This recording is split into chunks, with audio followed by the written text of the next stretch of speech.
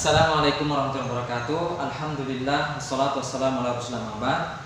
Ya, para adik sekalian atau teman-teman sekalian dimuliakan Allah Subhanahu wa taala. Insyaallah taala di video yang kelima, tepatnya yang keempat atau yang kelima ini kita akan bahas. Ana akan mengulangi pembahasan fiil karena ada permintaan minta dijelaskan lagi. Ana jelaskan khusus pembahasan fiil dan agak melebar sedikit pembahasannya. Kemudian di video selanjutnya Ana akan bahas juga tentang huruf, tentang definisi huruf, kemudian pembahasan yang penting tentang seputar huruf itu. Nah, sekarang perhatikan yang Bapak tulis anwa'ul kalimah. Anwa'ul kalimah diartikan jenis kata ya.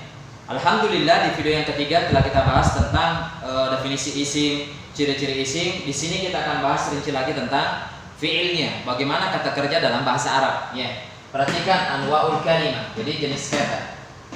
Ya, nah, sini fiil yang sering diterjemahkan dengan kata kerja, ya, kata kerja dalam bahasa Arab, ya. Jadi kata kerja yang menunjukkan sebuah kejadian atau waktu, ya, menunjukkan sebuah waktu kejadian. Itu fiil, ya, kata kerja. Kata kerja di dalam bahasa Arab terbagi menjadi tiga. Yang pertama fi'il madhi, al-fi'lul madhi, fi'il madhi. Nah, sekarang apa pengertian dari fi'il madhi? Coba kita lihat, fi'il madhi adalah kata kerja. Ya, ini pengertian Ana ambil juga di kitab yang lain supaya lebih menjelaskan kitab buku panduan yang ada di hadapan kalian. Ini kata kerja yang menunjukkan sebuah kejadian, kata kerja yang menunjukkan sebuah kejadian sebelum waktu pengucapan. Sebuah kejadian sebelum kita mengucapkan kejadian itu sudah terjadi kejadiannya. Ya, jadi sekali lagi kata kerja yang menunjukkan sebuah kejadian sebelum waktu pengucapan, sebelum kita mengucapkan kisah itu atau kejadian itu sudah terjadi, atau bahasa singkatnya kejadian lampau atau telah berlalu yang sudah dilakukan ya, kejadian yang sudah terjadi yang sudah dilakukan. Itu adalah fi'il madhi. Ya, jadi dikunci. Jadi sebelum kita mengucapkannya, berarti kata kerja fi'il madhi itu sudah dilakukan atau sudah terjadi. Ya. Kemudian contohnya bagaimana? Contohnya, ini contohnya di atas, Ana lampirkan dua. Ada kataba. Kataba artinya membaca. Ya. Kata artinya membaca. Maknanya bagaimana fi'il madhinya? Jadi kalau menjumpai kata kataba ini, jadi aktivitasnya dia telah, ya. Jadi telah membaca. Nah, dimaknai telah membaca, ya. Aktivitas kejadian itu telah, ya. Jadi artinya membaca, berarti maknanya adalah telah membaca. Itu fi'il madhi, ya. Jadi aktivitas atau sebuah kejadian telah dilakukan, ya. Kemudian yang kedua hafidho. Hafidho artinya menghafal. Jadi makna fi'il madhinya, contoh fi'il madhinya adalah hafidho, adalah menghafal. Jadi telah menghafal, maknanya telah menghafal. Jadi jika misalkan kita masuk ke dalam kalimat kataba Zaidun, misalkan kataba ya Zaidun, misalkan kataba Zaidun risalatan, ya, nulis surat, ya. Kataba Zaidun risalatan. Nah, di sini ada kata kerja fi'il madhi kataba.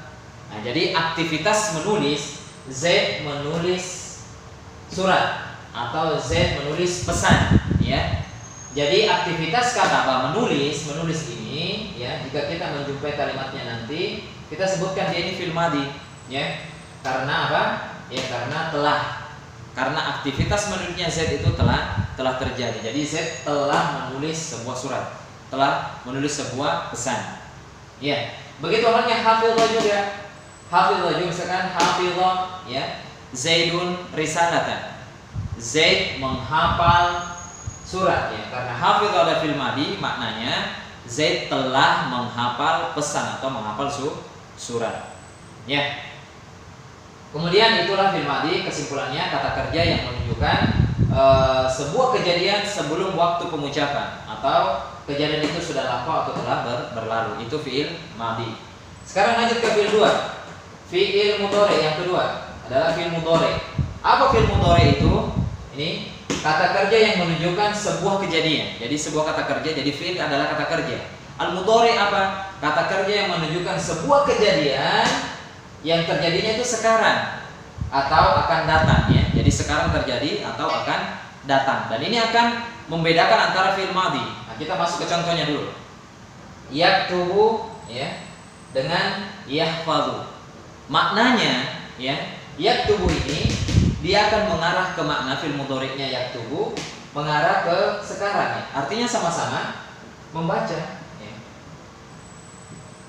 Kalau diartikan bebas dia membaca, yahfazu juga menghafal. Namun maknanya fi'il mudhari' ini ya, jadi dia menunjukkan sebuah kejadian sekarang. Jadi yaktubu ini aktivitas atau kejadian itu sekarang ini, sekarang terjadi atau akan datang, atau dia ingin mengerjakannya, atau akan datang aktivitas yang ingin dikerjakannya. Misalkan ya, kita mencoba kata yaktubu ya. Yaktubu ini berarti dia sedang, bisa jadi maknanya sedang membaca atau akan membaca. Ya, kalau kita contohkan pakai contoh yang di atas lagi ya, contohkan di atas. Tinggal dirubah yaktubu. Misalkan yaktubu Zaidun risalatan. Kalau kita artikan Zaid sedang menulis. Zaid sedang menulis surat. Kalau tadi kataba, misalkan ini kataba dipindah ke sini, tadi maknanya Zaid telah menulis. Zaid telah menulis surat atau pesan. Kalau yaktubu, Zaid sedang menulis pesan atau surat. Ya. Kemudian yahfazu juga sama. Yahfazu bermakna sedang juga, jadi sedang menghafal atau ingin menghafal atau akan menghafalkannya. Ya. Itu fi'il mudhari. Kemudian bentuk fi'il yang ketiga adalah fi'lul amri. Fi'il amr, sini disebutkan fi'il amr. Fi'il amr apa maknanya? Kata kerja yang ya, kata kerja yang menuntut sebuah pekerjaan. Jadi fi'il amr itu kata kerja yang menuntut sebuah pekerjaan untuk dilaksanakan, untuk dilakukan setelah waktu pengucapan. Setelah kita ucapkan fi'il amrnya, yaitu maknanya fi'il amr itu kata kerja yang menuntut sebuah pekerjaan. Jadi menuntut sebuah pekerjaan untuk dilaksanakan. Ya, ketika kita perintahkan orang, misalkan dalam bahasa Indonesia, makanlah. Jadi setelah terucapnya kata makanlah, tuntutan orang yang diperintah itu, yang kita perintahi itu, dia harus segera makan. Itu makna fi'il amr. Ya, jadi fi'il amr adalah kata kerja yang menuntut sebuah pekerjaan untuk dilaksanakan setelah waktu pengucapan. Misalkan, uktub. Ya, contohnya uktub. Tulislah.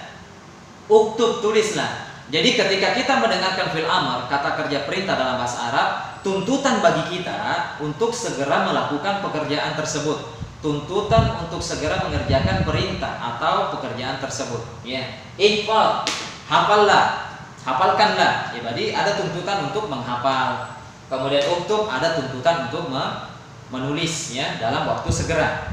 Ya. Jadi inilah 3 bentuk fi'il yang kita paparkan di depan beserta contohnya. Jadi kita ulangi, fi'il atau kata kerja secara singkatnya fi'il adalah kata kerja terbagi menjadi 3. Ada fi'il madhi, ada fi'il mudhari, ada fi'il amr. Fi'il madhi yakni sebuah pekerjaan yang menunjukkan sebuah kejadian sebelum waktu pengucapan. Sebelum kita ucapkan kejadian itu sudah terjadi, yaitu fi'il madhi. Kalau aktivitas kejadian tersebut ya terjadi sekarang ini atau akan datang, itu namanya fi'il mudhari. Nah, adapun kalau ada sebuah aktivitas pekerjaan yang menuntut kita untuk mengerjakannya, maka itu fi'il amr. Ya, di sini kata kerja yang menuntut sebuah pekerjaan untuk dilaksanakan setelah waktu pengucapan. Ya. Nah, sekarang itu definisinya. Semoga jelasnya. Kalau tidak jelas nanti komen saja nanti di kolom YouTube-nya, nanti kita akan share di YouTube. Kemudian ciri-cirinya, nah, ulangi lagi ciri-ciri. Ciri-cirinya, ya, yang pertama di sini yang selalu kita sebutkan adalah diawali kata kod. Kalau ada kata kod, pasti di depannya ini adalah fiil. Nah, pasti di depannya adalah fiil. Misalkan kode khoba, misalkan meskipun nggak tahu artinya kode khoba man dassaha, ya, kode ya, kode aflahal mu'minun, misalkan kode aflahal mu'minun, ini pasti fi'il, ini pasti fi'il. Kalau kode di dalam lafaz iqamah, kode qomatis shalah, misalkan kode qomat, nah qomat, kode qomat as-shalah, ya, salat itu telah tegak, jadi ini qomat, nah jadi qomat, ya. Qomat ini pasti fi'il karena diawali oleh kata qad. Nah, selanjutnya adalah saufa, ya. Seperti halnya dengan saufa juga. Saufa juga, perhatikan saufa. Saufa juga jika ada kata saufa, karena banyak muncul dalam Quran nanti, di antaranya dalam juz 30, kalla saufa ta'lamun, saufa, ya, ta'lamun. Nah, saufa ta'lamun, ya. Jadi kalau ketemu kata saufa ini, pasti di depannya itu adalah fi'il, ya. Ya. Saufa. Begitu dengan sin. Ya, ini sin yang fathah itu sin. Ya.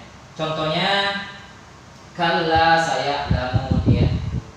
Kalla saya'lamun. Ya, kalau ketemu kata sa ya'lamun. Nah, kalla ada kata sin di depannya, sin yang dimaksud ini. Sin saya'lamun ini sa. Yang sa ini yang artinya itu akan, ya. Kalau saufa itu nanti, ya.